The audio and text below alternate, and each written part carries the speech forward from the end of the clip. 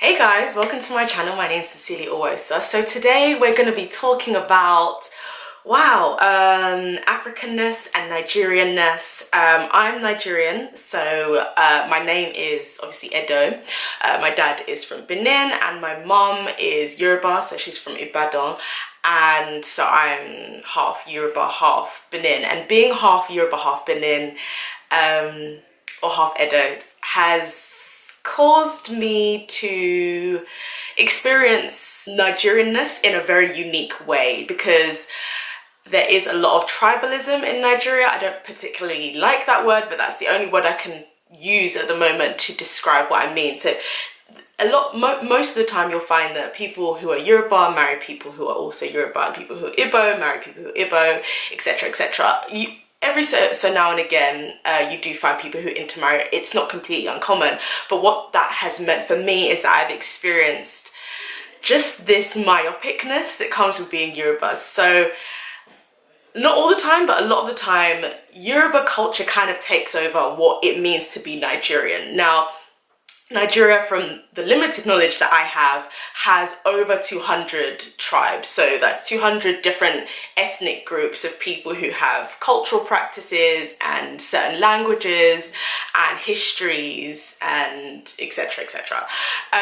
However, for some reason, and I think immigration has a part to play in that, because when I'm in England or when I'm in just experiencing Nigeria in terms of the diaspora, that's when I experience just this Yoruba takeover.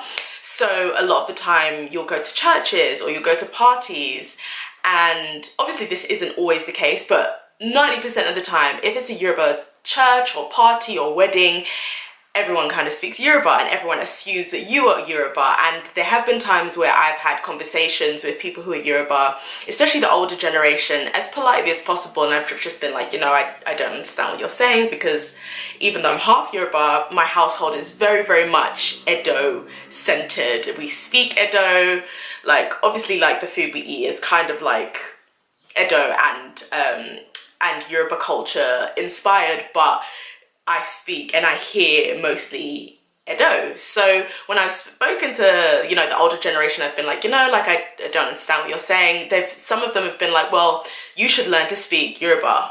And it's like, well, I don't really identify myself as Yoruba just because of my background.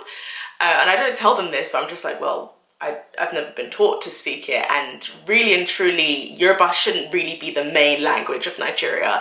And what I feel like is happening in recent times is this feeling that Yoruba people feel like Nigeria is Yoruba land, when really there's so many different cultures and different histories and different customs as well. And that's why I really understand and identify with the Igbos and the way that they are very protective of their culture. And if you're looking at the Biafra War and why they wanted independence, and I think that myopicness, if that's a word, we're making it a word today, that myopicness kind of feeds itself into wider culture. So if we're speaking about jollof rice or customs or like cultural practices like greetings, a lot of the time Yoruba people will make it seem like their practices and the way they do things is the way that all Nigerians do things. And I know that quite a few Yoruba people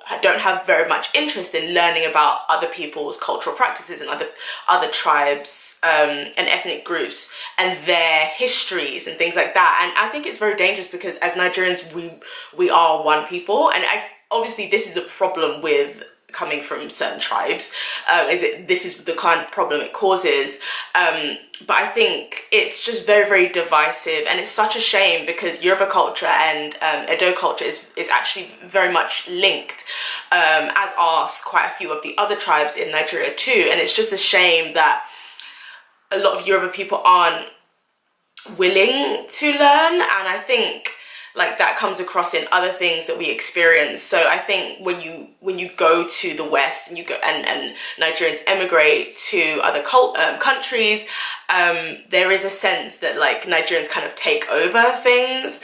I know that in Texas and in other American states, there's this sense of like there's a friction between Nigerians and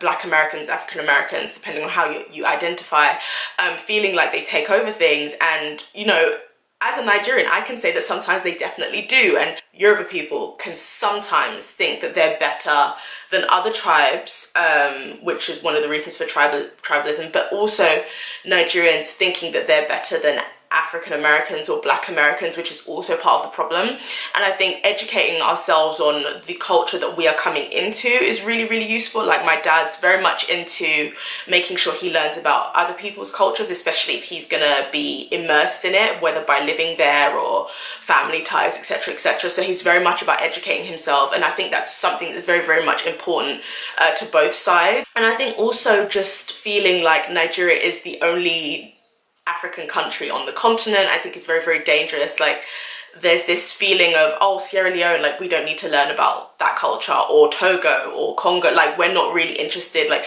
the only thing that matters is Nigeria because we are the be all and end all. And it's like, actually our government is going through serious struggles, our finances are going through struggles, the infrastructure is going through struggles, and just the foundation of the country itself is, you know, fractured to say the least. And if you look at economies like Ghana that are doing incredibly well, the boasting that we have is like, okay, like where is that taking us to?